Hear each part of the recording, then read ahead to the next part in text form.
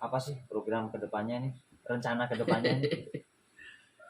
Jadi sebenarnya sudah kita mulai kan, sudah kita mulai dengan program BUMDUS, Badan Usaha Milik Dusun, di mana kampung saya ini dengan 60 kakak dengan di sini ya Dusun ini Cimaja, Dusun Cimaja, Desa Payung Agung, Payung Kecamatan Panumbangan, Kabupaten Ciamis.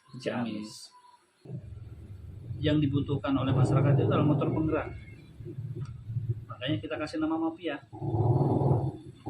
Mafia atau Mafia? Karena orang Sunda nggak bisa F, P, Mafia. Nah, Mafia apa ini? Manusia pilihan Allah. Oh, mantap.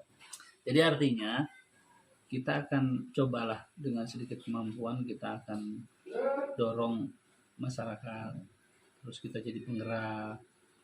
Jadi hal-hal sepele aja, membibitkan, menanam alpukat, memang sesuai bidang kita. Iya, sesuai kemampuan. Kedepannya tentu juga tidak bisa semuanya alpukat. Iya. Harus dimodifikasi dengan tanaman lain yang cocok secara agroklimatnya, cocok di sini. Sepertinya kalau durian nggak cocok, manggis juga kurang, terus apa mungkin alpukat, kemudian pete, nangka. Bahkan menyesuaikan lah ya. Betul. Bukan memaksakan, menyesuaikan. Jadi saya pikir ketika sudah ada upaya ke sana, jalan itu pasti ada. Misalkan, komoditinya apa? Jagung untuk pakan sapi. Kenapa enggak? Jagung kan cuma 70 hari, tidak harus tua, udah keluar ininya, mata jagungnya, tebang, kita jual untuk pakan sapi. Banyak hal. Karena di Jawa Barat ini, di Priang Timur ini banyak perusahaan-perusahaan peternak. Terus keduanya juga jagung yang kita tuakan. Di sini sentranya peternak ayam, yang jagung itu bisa kita jual. Untuk sumber air Pak daerah sini? Oh luar biasa, mudah, bagus, ya? Sangat mudah. Yang penting itu tadi, kalau saya tidak sependapat ketika air itu kemudian dibor. Kalau saya lebih senang air itu ditampung oleh mata air, jadikan embung, kemudian disalurkan ke atas. Air itu keluar sesuai habitatnya, sesuai alami dia akan keluar.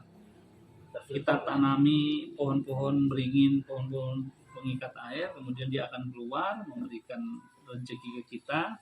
Kita tampung, kita dorong ke atas bukit, kita bikin embung, dari embung itu tertampung, baru kita alirkan ke tiap pohon yang kita tanam. Terus siklusnya akan kembali itu. Jadi istilahnya belajar dari alam. Betul. Nah, yang sering terjadi, peternak-peternak ayam itu kan ngebor sampai 100 meter, 150 meter. Rambut air, saluran-saluran air yang ada di dalam tanah itu terputus. Langsung diambil ke atas. Yang jadi persoalannya, ini juga memainkan peranan. Pengikatan air itu mengalir dalam tanah itu pasti bukan tanpa alasan. Pasti ada alasannya. Tuhan ciptakan itu pasti ada alasan. Ketika mata rantai ekosistem itu terputus, makanya akan menjadi sebuah persoalan besar. Misalkan dalam mata rantai, misalkan apa itu ular, terus burung dan yang lain-lain, itu ada satu yang hilang, makanya nanti akan memakan yang lain. Sampai binatang masuk ke pemukiman. Itu pasti karena ada mata rantai yang putus. Nah, persoalannya air itu mata rantai yang primer, yang sangat penting, yang sangat vital. Ya, semua makhluk hidup butuh. Betul. Nah, ketika diinstankan, ketika diambil secara paksa, itu tentu akan berpengaruh, sangat berpengaruh. Kalau di yang alami ya? Iya, yang alami. Makanya saya di kebun juga mata air saya rapikan, saya bendung, terus kemudian saya alirkan melalui hidran. Nah, kembali ke alpukat tadi, rencana untuk di dusun sini kan udah mulai jalan. Sudah ada gambaran belum? Jenis apa sih nanti yang mau dikembangkan, yang sesuai dengan Kembali Klaimnya di sini. kita berproses. Kalau ditanya hari ini, pasti jawabannya akan berbeda dengan tahun kemarin. Tahun kemarin. Dan ini kemungkinan juga akan berubah nanti di Iya, tahun iya. depan. Berproses lah ya. Ya, kalau kemarin kita kenalnya Kendil, Miki dan yang lain-lain. Tapi hari ini Kendil, Miki itu tidak akan saya tanam di situ. Karena kami menganut mazhab alpukat itu harus berkualitas dari sisi rasa. Sekarang mungkin orang akan berpendapat bahwa rasa nomor 3, nomor 7, mangga silahkan. Suatu saat. Itu mazhabmu. Mazhab saya menganut bahwa semua makanan itu orientasi pertama adalah rasa. Bukan glowing, bukan yang lain. Iya. Rasa. Jadi kalau kemudian banyak laki-laki yang memilih istri yang cantik, glowing, tapi rasa, attitude, sopan santun, keramahan, mengurusnya kurang, pun nanti akan menyesal. Jadi saya memilih alpukat bukan glowingnya, tapi rasanya. Saya tunggu kapan rasa itu menjadi nomor 1. Oke lah, sekarang glowing nomor 1. Monggo, silakan. Ada saatnya. Ada saatnya nanti Raja Mataram akan berganti. Mapi alpukat berjaya. Dan ketika itu kita sudah punya puluhan bahkan ratusan ribu pohon yang sudah Ratusan ribu ya. target kita itu. Ya doa kita. Amin amin. Tok tok tok ya Allah. Minta dong.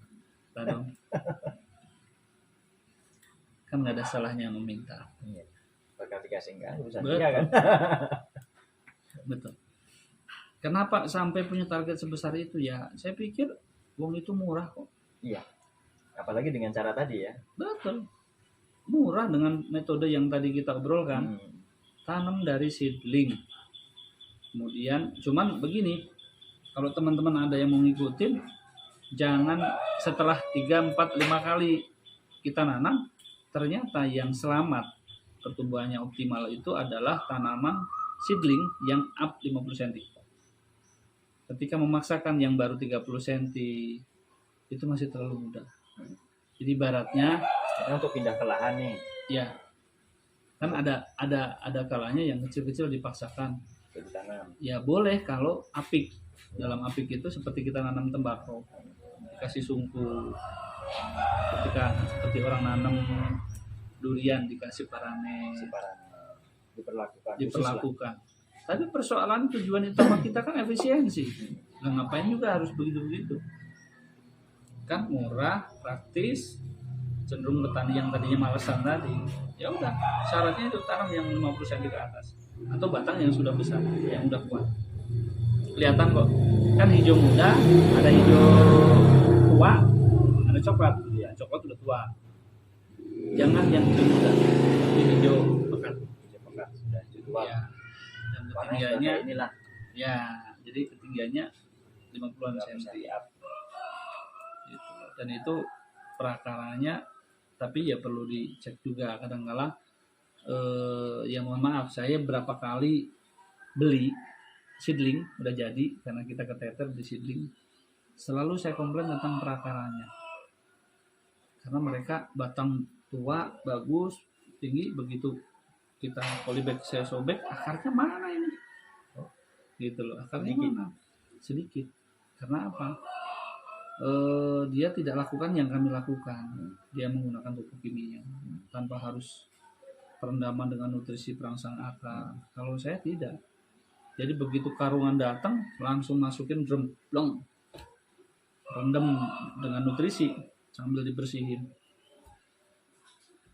Jadi kalau yang sudah bersih ya sudah terendam aja udah. Mau setengah jam, mau 1 jam, mau setengah hari, itu terserah, silahkan. Perangsang akarnya.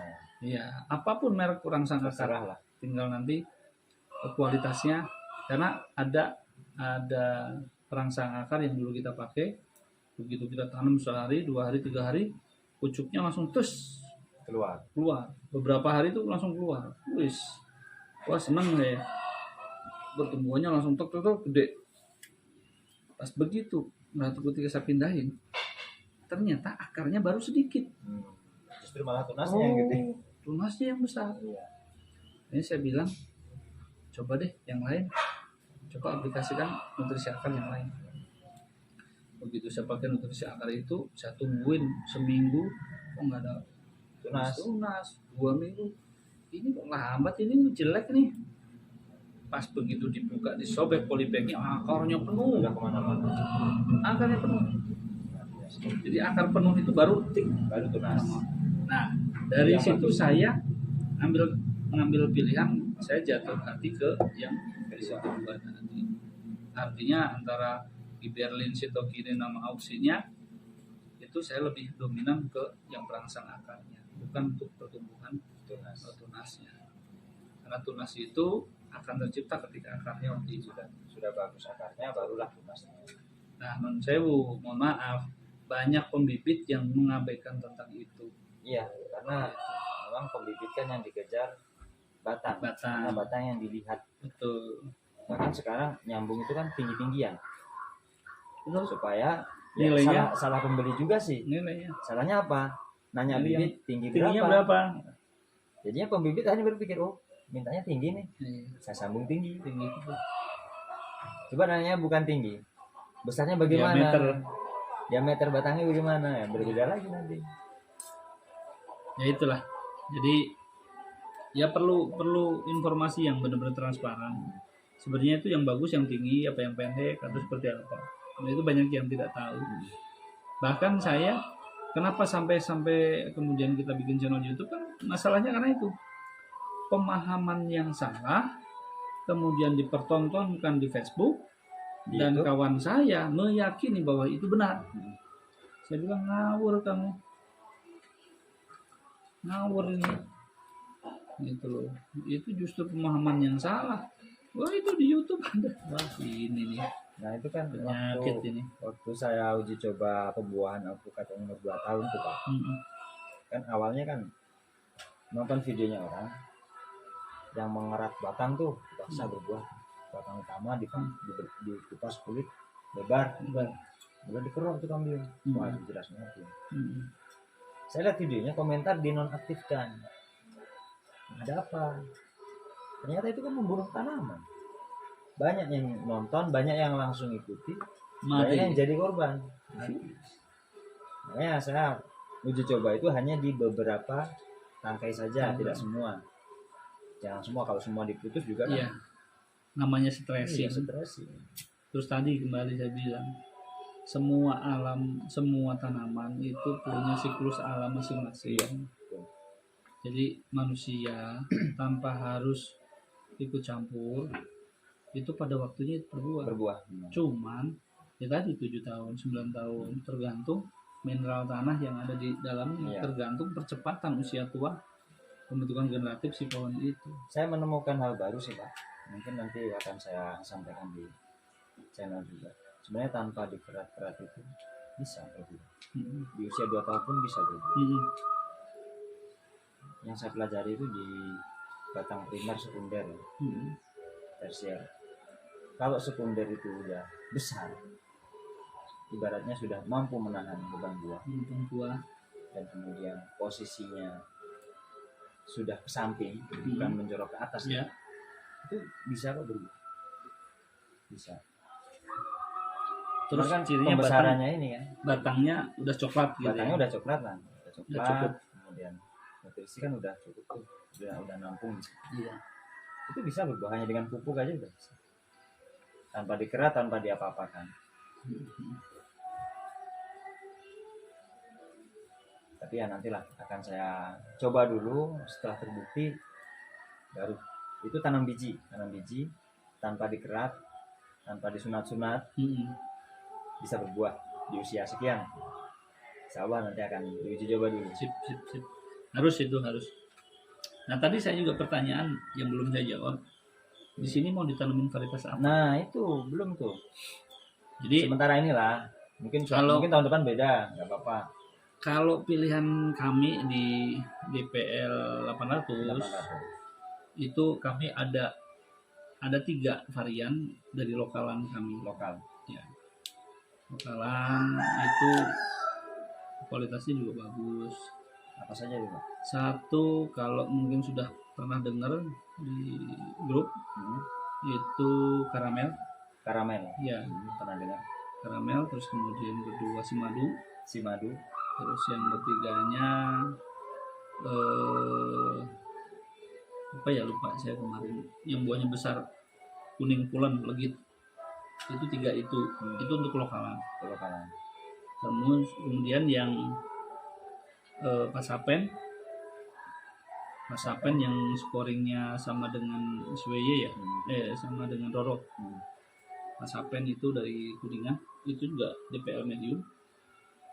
Pasapen, terus kemudian Nicole ada, tapi Nicole cadangan lah, artinya tidak, karena di 800 itu di 500 ya. Di lokasi-lokasi yang agak bawah saya kan gitu. Terus Mutiara juga kita kembangkan. Mutiara yang dari Malang itu. Itu kita kembangkan untuk DPL. Terus kita juga pasti akan kembangkan introduce juga yang khas, rem khas, atau yang nanti ini masih sifatnya riset, nanti adaptasinya. Suatu saat nih Pak, kan jenisnya banyak kan. Ada kemungkinan nggak nanti mengkerucut ke satu? Kalau satu sepertinya tidak. Satu sepertinya tidak. Alasannya? Sebelum ada kepastian kontrak atau kepastian pasar. Termasuk Rifai juga bagus di medium. Rifai. Terus Lilin di sini juga lumayan bagus. Singkawang. Walaupun dia di PL bawah, karena udah kita uji cobakan, rasanya juga oke. Terus ini juga bagus. Terus kemudian juga ada beberapa lah. Kita berharap nanti kisaran 5 varietas. Kisaran 5 varietas. Ketika misalkan sudah ada pengepul besarnya, Pak, saya tolong yang ini aja deh. Bisa. Toh dia tinggal TW gitu ya. Iya, tinggal TW aja. Nah, makanya masing-masing, kenapa sih pertimbangannya? Dari mana sih? Pertama, satu, semua itu harus punya cita rasa yang bagus. Nah, terus itu syarat mutlak. Yang kedua adalah pembagian ukuran. Ada ukuran 1,3, maksudnya 1 kilo 3 biji, 1 kilo 2 biji. Itu buah meja kecil lah, ya sebesar inilah. Dan ada juga yang ukuran 1 kiloan. Jadi untuk produksi. Jadi yang mana produksi, mana yang untuk konsumsi fresh. Seperti itu aja. Karena permintaan pasar itu pasti berbeda ya. Berbeda. Satu contoh, ada satu negara yang meminta 1 kilo 1. Tapi ada juga yang negara yang maksimal 3. Kalau 2 bagaimana? Besaran. Mereka ada mintanya 1,3 atau 4. Supaya kalau dibuka langsung habis. Mungkin ya. Tapi bicara ekspor seperti itu. Ya, tapi kalau saya memang tidak berencana untuk kemudian memasarkan, karena saya ngambil posisi sebagai produsen. Jadi yang jelas saya akan jual murah. Ketika orang mau bicara 30 sekian puluh, saya mau murah aja lah. Yang penting ambil tuh 5 ton. Ditambah banyak, bilang murah kali banyak. Dan memang tujuan kita memang agar pihak ketiga itu bergerak. Kalau kemudian kita sudah patok harga tinggi, padahal HPP kita juga kecil, ya itu namanya serakah lah. Karena UKM itu bisa bergerak dengan salah satu syaratnya adalah murah, kedua kualitas. Gitu. Jadi tantangan buat kami, bagaimana menciptakan buah alpukat yang berkualitas dengan harga jual murah. Pertanyaannya, misalkan dengan sekian memang sudah untung. Sudah Pak, untung. Ya sudah. Buat apa bicara besar-besaran harga? Bahkan ketika ada orang, wah itu laku nggak ya? 25, 30. Saya nggak terlalu tertarik gitu. Kira-kira dengan harga paling rendah? Kalau sekarang saya berani bilang angka 15.000 itu layak. Layak sebenarnya. Petani nggak rugi lah di sini. Petani harga 10.000. petani 10.000 udah untung. Petani Mas. 10.000 sudah untung. Luar biasa. Yang kita kejar produktivitasnya. Yang kita kejar satu pohon 1 juta. Iya. Sehingga mata rantai ini nanti berimbang. Petani 10.000, kemudian pengembangnya 5.000 dengan nanti pupuk dan yang lain-lain. Iya. Terus nanti pedagang besar itu akan ngambil 15.000 dan mereka bisa jual ke pedagang kecil 20.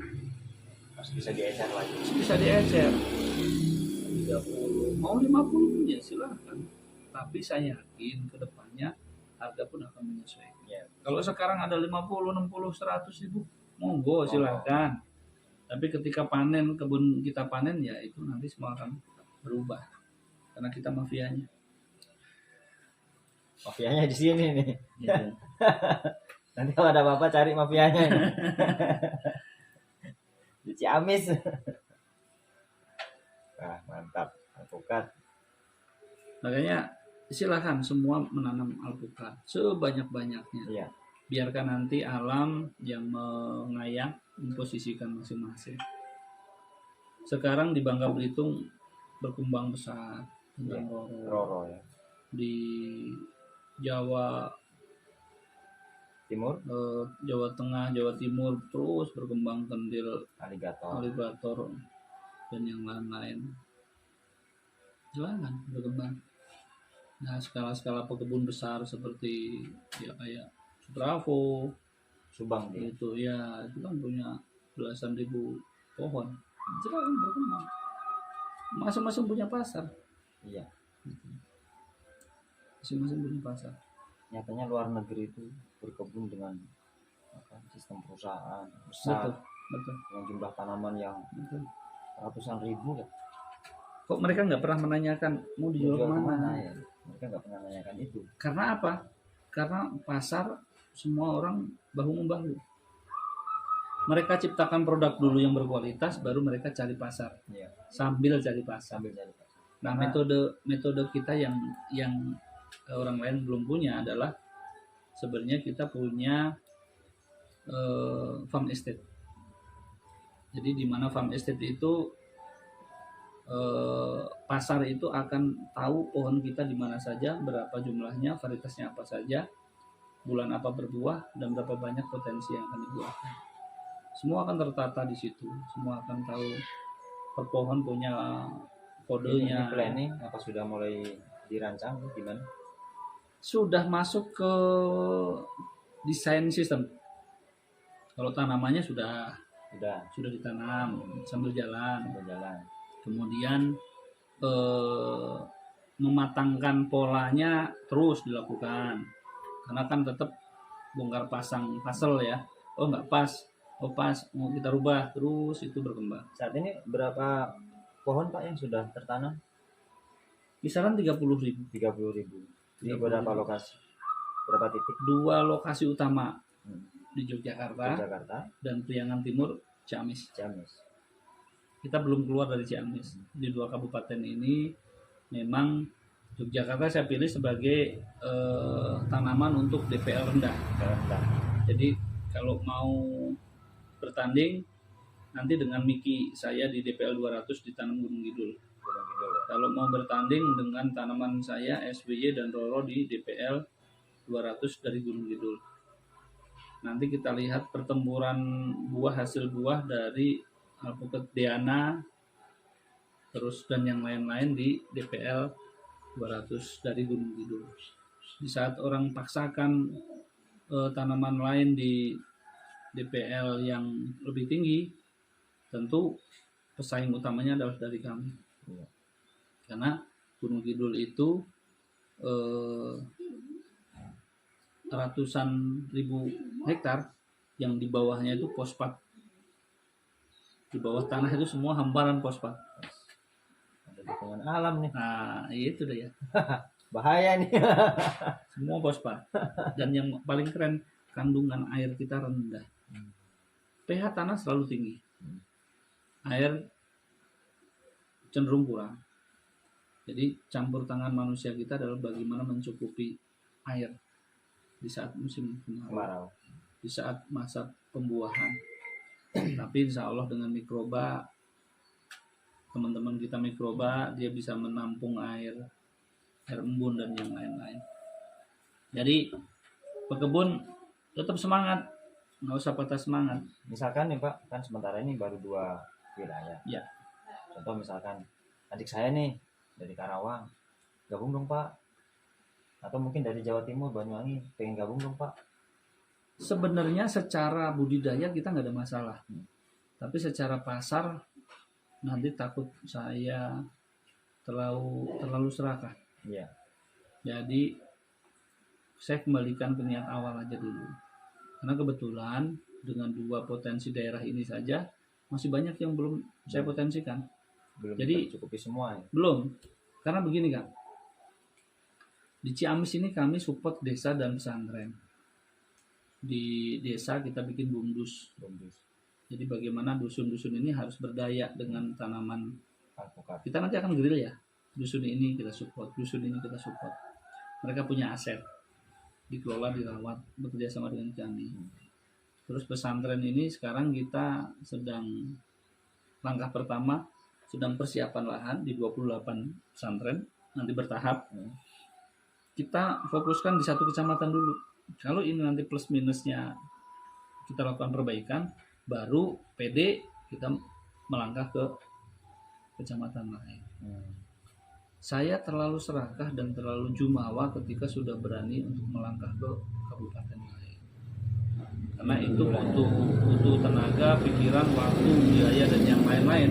Artinya kalau misalkan ada yang mau meniru, silakan. Monggo, silakan. Silakan di copy paste. Misalkan ya. Betul. Karena itu dengan cara seperti itu, karena ini bukan kompetisi. Ini karunia dari Allah yang kemudian diberikan ke kita untuk ini loh. Yang bergerak itu nanti UKM. Kenapa kita tanam pohon itu di masyarakat? Karena agar mereka berdaya. Gitu loh. Kalau suatu ketika kita dijajah dengan kapitalis, tanam perkebunan ratusan hektar, ya akan saya lawan dengan cara saya tanam ke masyarakat yang harus kaya. Gitu. Iya. Jangan sampai nanti alpukat ini tiba-tiba ada perusahaan asing gitu. Betul. Masuk bikin Indonesia, 1.000, 2.000, 5.000 hektar. Nah, ya kayak mereka dong. Betul. Padahal dan itu sangat memungkinkan. Kenapa memungkinkan? Pertama, lahan di kita ribuan hektar di PTP, di perhutani, itu sangat banyak. Tanah-tanah HGU itu sangat banyak. Dan mereka rawan sekali dengan kesepakatan jahat. Kenapa saya bilang kesepakatan jahat? Ada satu peristiwa dulu Bang, ketika kita di Singkong, petani kita jutaan ton, ribuan puluhan ribu petani menanam singkong, tapi dengan mudahnya disapu oleh kebijakan kapitalis, sehingga mereka memilih impor 3.600 tapioka masuk di pelabuhan. Ya kalah kita. Ya kalau mau bersaing silahkan, kata mereka ke kita. Akhirnya bersainglah. Ketika bersaing, singkong harus dihargai dengan Rp300. Ya gulung tikar lah. Makanya waktu itu seharusnya ya HPP waktu itu masyarakat itu menanam dengan cara tradisional mungkin di 500 perak. Ketika dapat Rp800 masih ada untung per kilo, tipis. Tapi ketika di Rp1.000 ke atas, insya Allah makmur. Dan idealnya sebenarnya dengan 1.000 itu, ketika dibikin tapioka, pedagang masih bisa jual tapiokanya, masih dapat untung. Karena jual tapioka masih di 8.000. Cuma artinya nggak untung. Ya pemain besar tadi, pengambil kebijakan yang punya kebijakan jahat tadi. Nah hati-hati alpukat. Hati-hati alpukat suatu ketika ada kesepakatan jahat. Saya bilang jahat. Kenapa jahat? Karena sangat merugikan para petani. Bagaimana suplai harus misalkan 100.000 ton itu bisa disuplai oleh masyarakat. Ini dikerjakan kebijakannya sendiri, monopoli pasarnya sendiri, kebunnya sendiri. Habis kita. Dan kapitalis sangat sangat memungkinkan untuk membuka lahan 1.000, 2.000, 5.000 hektar tanaman alpukat. Sangat. Kenapa kalau mereka mudah? Kalau rakyat kok susah? Ya karena mereka satu punya kebijakan. Kebijakan bisa dirubah oleh mereka melalui duit. Kalau kita bisa rubah apa? Rubah nasib aja susah. Merubah kopi jadi manis. Makanya saya bilang, untuk kaya raya itu sangat mudah. Untuk menjadi kaya raya itu sangat mudah. Yang susah, dan itu sangat susah itu dari belangsak miskin ini menjadi kaya. Dari miskin menjadi kaya itu yang sangat susah. Kalau sudah kaya, menjadi kaya raya, itu sangat mudah. Hari ini, saya punya penghasilan 2 juta per bulan. Menjadi 20 juta, itu sangat susah. Tapi ketika kita punya penghasilan sudah 3M, 5M per tahun, untuk menjadi 30M, 50M itu sangat mudah. Bahkan sampai ratus miliar, itu sangat mudah. Sementara masyarakat Indonesia mayoritas yang 2 juta per bulan tadi. Bahkan kurang. Bahkan banyak teman-teman saya juga Pak yang baratnya makan hari ini carinya hari ini. Nah, sangat itu kan. banyak sekali. Itulah kenapa kemudian kita bikin gerakan sedekah alpukat ini. Ayo kita maju bareng. Ayo kita sukses bareng. Saya bikin akun YouTube petani miliarder. Petani miliarder itu sebenarnya semangat yang ingin saya sampaikan kepada para petani. Ayo silahkan petani. Saya atau kalian yang miliarder, atau saya dan kalianlah semuanya yang menjadi miliarder. Sama-sama lah. Gitu. Kalau mau. Dan ada satu langkah sederhana. Tanam dari biji, tanam di kebun, kemudian bersatu. Jangan memaksakan harga itu untuk tinggi, agar nanti pasar stabil. Dan ketika kita harus perang harga, kita harus sanggup. Saya harus belajar nih Pak. Nanti saya pulang ke Sulawesi kan harus dapat ilmu juga lah. Apa yang bisa saya terapkan di sana kan gitu. Sistem yang Bapak terapkan di penanaman alpukat dengan masyarakat nih, sistemnya gimana sih? Nah, kalau sistem itu secara singkatnya lah. Nanti off air aja. Oh gitu ya. Aduh, oke siap. Rahasia ini ya. Sebenarnya bukan rahasia, artinya perjalanan saya masih panjang. Saya baru 30.000 dan kita masih 10% lah, masih 12% dari target saya. Jadi jangan sampai kemudian menjadi bumerang. Oh iya. Niat baik ini kemudian akhirnya pertempuran di luar, kasihan yang mereka nggak sanggup. Jadi cukuplah kita ajarkan bagaimana agar efisien menanam, agar nggak butuh biaya besar. Terus bagaimana juga mereka bisa antusias untuk menanam alpukat dan yakin ada hasilnya. Tapi ingat, ada persoalan besar di depan nanti. Ketika alpukat ini dikuasai oleh kapitalis, maka jangankan saya, kalian, pengusaha-pengusaha yang punya duit miliaran pun akan tumbang. Jadi musuh kita sebenarnya adalah ketika kebun alpukat ini dikuasai oleh kapitalis. Ini musuh kita bareng. Makanya tujuan target pertama saya adalah bagaimana masyarakat ini lahan-lahannya tidak bisa dijual ke orang karena sudah produktif. Nah, itu dia. Gitu. Tanamannya harus produktif, dan tanaman alpukat, durian dan yang lain itu harus produktif sehingga income ada. Mereka, Pak, saya beli. Oh, mohon maaf, sudah berbuah. Kalau saya itu gini, Pak. Masalah lahan yang dibiarkan lah. Bagi saya orang yang diberi lahan oleh Tuhan, kemudian dibiarkan gitu, nganggur, itu orang yang nggak bersyukur. Sementara banyak teman-teman kita yang nggak punya lahan gitu. Ini orang punya lahan, dibiarin aja, nggak ditanamin, nggak dirawat, berarti kan nggak bersyukur namanya. Mungkin nama kecilnya syukur. Nama kecilnya syukur. Kalau saya gini, hati-hati loh kalau nggak syukur. Nanti diambil loh lahannya loh. Ya. gerakan ini betul harus segera cepat.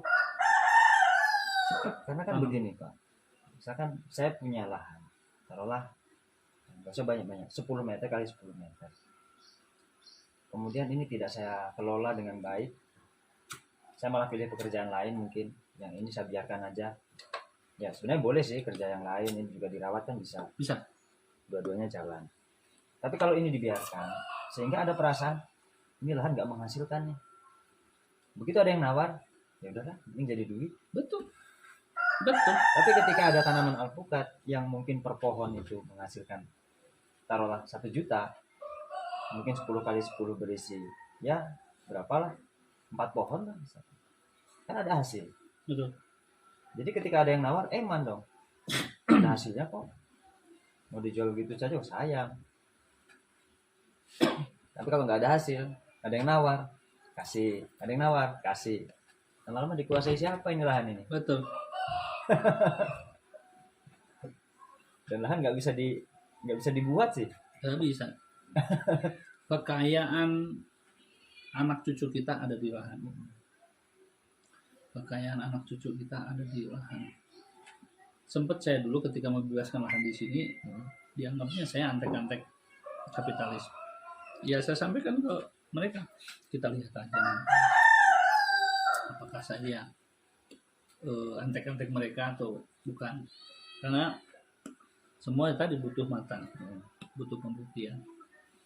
Nah hari ini dalam jangka waktu 2 tahun ini saya udah bisa buktikan ke mereka bahwa saya siapkan bibit 10.000 untuk para pesantren tadi, agar pesantren punya income. Ada berapa pesantren? 28 sementara ini. Satu kecamatan ini? Ya forum pesantren itu, dan nanti ada yang cuma 10 pohon, ada yang 100 pohon. Dan itu pun saya akan dorong para pesantren itu agar menjadi motor penggerak. Ketika ada lahan yang tidak produktif di sekitar pesantren, tarik, diminta agar dikelola oleh pihak pesantren. Sehingga pesantren itu nanti akan merawat tanaman-tanaman di lahan-lahan mitra dari pesantren. Gitu. Dan kegiatan itu juga kan bisa menjadi bekal untuk para santri.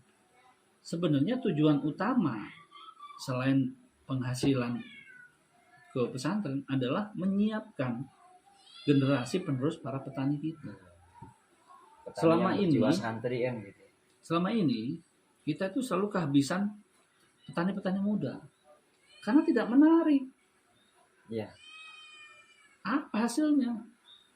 Gitu-gitu aja. Makanya dengan pola ini mudah-mudahan Allah ijabah menjadi sesuatu yang menggugah para petani milenial. Padahal sekarang, pemerintah udah nggak kurang-kurang ngedorong. Sekarang generasi milenial ini senangnya rebahan. Iya, bentar lagi dikubur. Ya itulah makanya dibilang ini akhir zaman. Ini akhir zaman. Saya pernah dengar pernyataan dari kaum milenial ini. Sekarang tuh zamannya digital. Ya memang sih. Emang pertanian nggak bisa didigitalisasi kan? Bisa juga kan? Ngapain kita harus kerja kotor-kotor dengan tanah? Kita main HP aja jadi duit. Ya itulah farm estate itulah. Farm estate itu yang menjadi solusi. Saya sedang persiapkan ponakan saya hari ini. Kemarin saya ke Bogor. Beliau sedang kita persiapkan untuk nikah sampai akhir tahun ini. Dan setelah nikah ini saya tarik ke sini. Dan memang untuk merubah semuanya menjadi ahli itu butuh proses. Untuk suka, untuk cinta, untuk menyelami butuh proses. Anak muda ini ketika menikah kan berpikir tentang hasil bagaimana. Dia punya penghasilan 4 juta per bulan, istrinya juga. Seorang guru punya penghasilan 1,8 juta. Kemudian ketika menikah melebur, mau jadi kuli wae, mau jadi pekerja terus saya arahin untuk bertani gini, nggak bakal didengerin.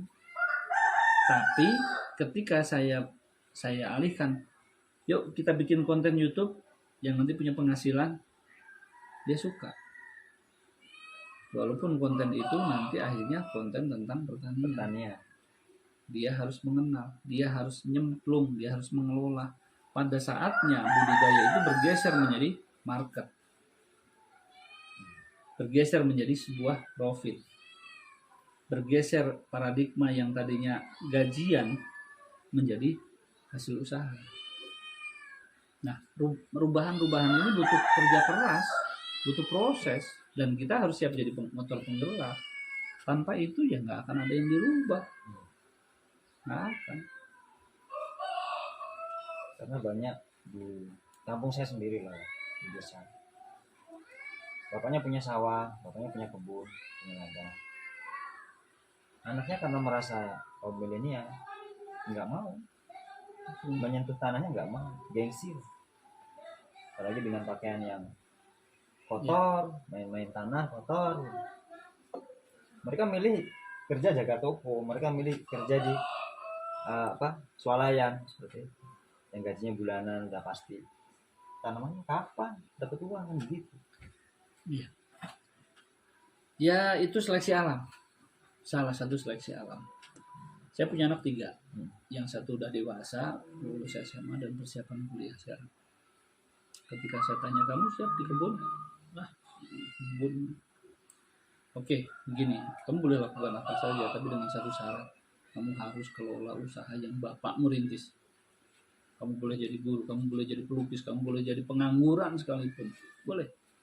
Apa yang kamu suka lakukan. Tapi ayah minta satu hal. Kamu harus ikut dan berkecimpung mengelola usaha yang ayah rintis. Dari sisi apapun yang kamu suka. Sesuai dengan yang kamu suka. Kan? Yang kamu suka. Nah, ayah ini ngebangun pasar alpukat. Kita siapkan produksi masif. Bahkan untuk sekarang kita siapkan 2 kaki. Di Jakarta dan Ciamis. Tidak menutup kemungkinan nanti di Sulawesi, ya, bisa jadi. Kalimantan, di mana nggak menutup kemungkinan. Siapa yang kalau Sulawesi bilang saya dong. Wajib harus itu. Nanti diam-diam nih, waduh. Jadi siapa yang harus menyiapkan pasar itu? Memang ada tim, saya yakin nanti ada pihak ketiga yang tapi harus ada orang yang memang menggantikan saya untuk tahu tentang pasar itu. Makanya saya bikin kesepakatan. Kamu mau kuliah di mana? Saya ingin belajar chef di mana? Di luar negeri. Oke, di mana? Di Jerman. Oke.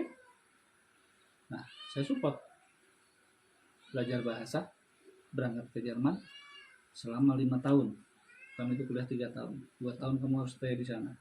5 tahun ini kamu harus kuasain pasar Eropa. Jangan bilang enggak. Harus bisa. Bagaimana caranya? Mau kenalan dengan pedagang di sana, mau kenalan dengan orang kedutaan di sana, atau apapun itulah. Allah nanti akan kasih masalah dan akan kasih solusi di sana. Yang jelas kamu harus pede bahwa saya tanam alpukat ratusan ribu pohon di Indonesia. Varietasnya A, B, C, D, E, F, G. Sampling saya kirim. Jadi sob jual ke sana. Oh ini bisa ini. Jadi sehingga 5 tahun dia di sana kuliah sambil mencari pasar di situ, dia pulang akan membawa perubahan. Harapan saya di situ. Diijabah apa enggak? Monggo Gusti. Kan kita minta. Betul. Saya masih dua anak lagi. Tinggal mana nanti yang ngelola kebun, mana yang pemasaran, mana yang produksi. Tapi paling tidak kalau untuk saya sendiri ya produksi di gudang jual.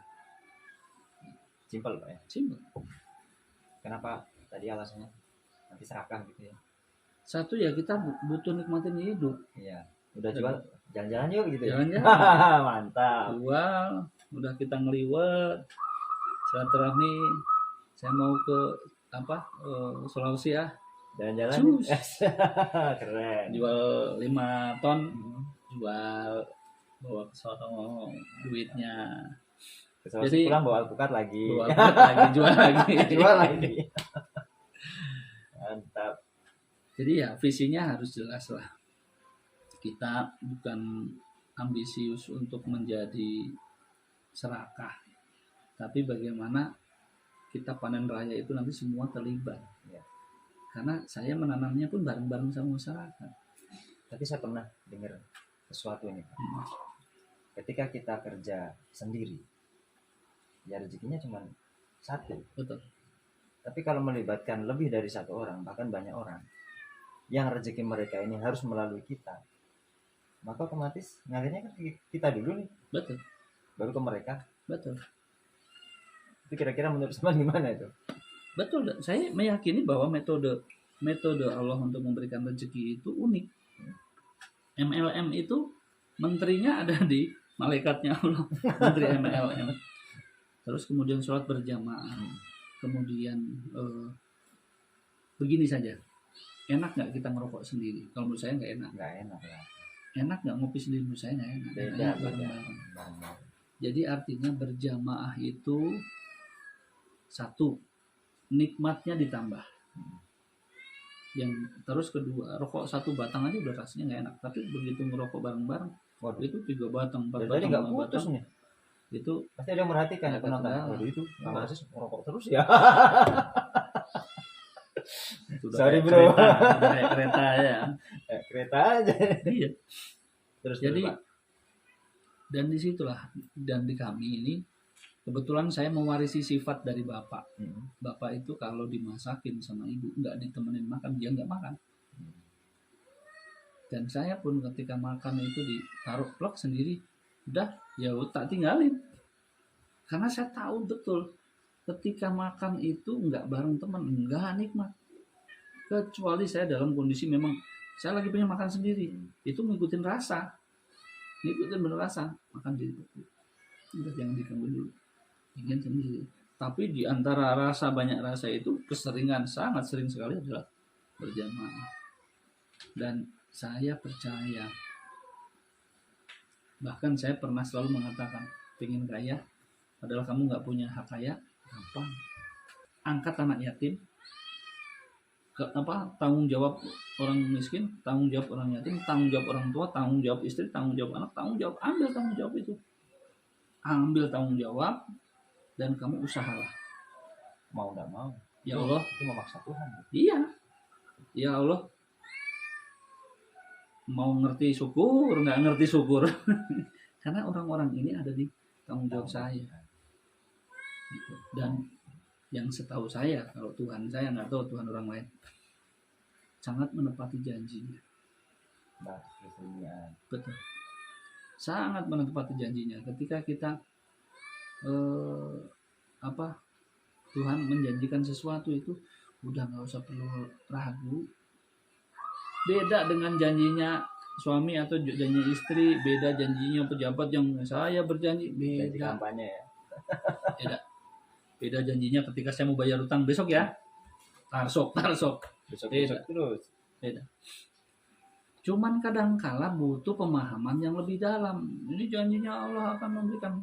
Ada satu teman saya udah sholat, saya udah ibadah, kok nggak dikasih rezeki. Penafsiran ente salah bos. Gitu. Karena linknya bukan link itu. Makanya saya setuju sekali ketika kita mengambil tanggung jawab itu, jalan rezeki akan lewat kita. Nah, saya menjabarkan pola itu dengan menanam di banyak pesantren, menanam di banyak desa. Itu bukan lewatin ke saya, bukan. Ya Allah, turunkan yang perlu diturunkan, tumbuhkan yang perlu ditumbuhkan, bagikan yang perlu dibagikan kepada orang-orang ini. Saya yang menyiapkan jalannya, saya yang untuk beri ide, kemudian merealisasikan ini. Berikan ke masing-masing itu. Tapi Allah ngasih ide kan bukan tanpa alasan. Wallahu a'lam. Kenapa Bapak yang punya ide? Gitu. Kenapa enggak yang lain? Itu hak vetonya beliau. Pasti ada alasan. Hak vetonya beliau. Saya ngikutin aja. Kalau tidak ada ide nggak mungkin saya bergerak. Dan saya, kembali lagi, saya pernah mengaku, saya aku hebat. Saya pernah begini, menepuk dada. Dan akhirnya saya terkapar. Karena sejatinya itu sama sekali bukan punya saya. Saya hanya sekedar skenario. Saya hanya suruh menjalani, ada ide menjalani, mengelola dengan baik. Ketika saya salah gunakan dengan lain-lain, ya tumbang, habis lagi semua, dan nikmatnya nggak ketemu. Makanya saya dari kemarin coba Pak chat, bla bla bla, kita komunikasi sampai akhirnya saya juga nggak tahu, tiba-tiba saya sampai ke sini ketemu jenengan. Saya mikir ini bukan tanpa alasan, pasti suatu saat akan terjawab kenapa saya harus ke rumah Pak Toyib di Ciamis ini. Dari Sulawesi nih, kok nyasar sampai ke sini nih, tanpa ada niatan, tanpa ada apa ya, yang nggak ada gambaran, ngikutin arus ya, ngikutin aja. Ketemu di sini, alhamdulillah dapat wawasan baru, dapat ilmu baru. Ketemu jawabannya belum? Sudah mulai ada gambaran. Sudah mulai ada gambaran ini kayaknya nih, oh ini nih, kira-kira ini nih. Tapi ya nantilah, biar terjawab oleh waktu. Iya, betul. Saya sekarang sudah takut untuk mengaku. Apapun saya takut untuk mengaku. Punya saya sudah takut saya. Usia saya sudah 45. Terus sekarang saya sudah mulai intens ngobrol sama istri tentang akhir hidup, tentang kematian. Bukan kita takut menghadapi itu, nggak takut. Sekarang aja kalau harus begitu, saya jalani. Saya belajar menikmati senang, susah, bahagia, masalah itu saya nikmatin aja. Sok ditampilin, ditendang, silahkan. Saya coba nikmatin semua itu. Tapi semua bermuara di kita itu sedang melakoni drama. Ketika kita nanti sudah tidak dimainkan lagi, terus kita mau kemana? Dan kembali lagi, kalau tidak percaya, saya mempercayai sebuah kitab itu yang senang nggak senang saya harus percaya. Dipaksa oleh keyakinan saya harus percaya bahwa akan ada kehidupan setelah kematian, dan itu bekalnya adalah sebuah kebaikan. Apa yang saya bawa bekal gitu. Kalau bicara lebih dalam. Cuman bahasa ini sebenarnya ini terlanjur jadi terekam kan, jadi sebenarnya bukan bahasa itu gitu loh. Itu sebenarnya tidak boleh disampaikan, tapi ya itulah intinya itu. Jadi ternyata saya mau kaya raya itu gampang dengan ngajak orang lain kaya. Saya mau kenyang tuh gampang dengan ngajak orang lain nyari makan. Yuk kita mau bahagia, jangan sendiri. Kalau ketawa sendiri dijamin itu gila. Tapi kalau ketawa bareng-bareng itu jelas ada sebuah kebahagiaan besar di sana. Jadi kebahagiaan itu bagian dari rezeki. Betul.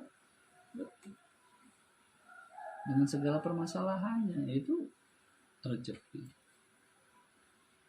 Saya yakin itu. Makanya ketika ada program pemberian bibit gratis ratusan ribu, enteng aja. Mampu saya modalin, nggak mampu ya sudah. Gitu.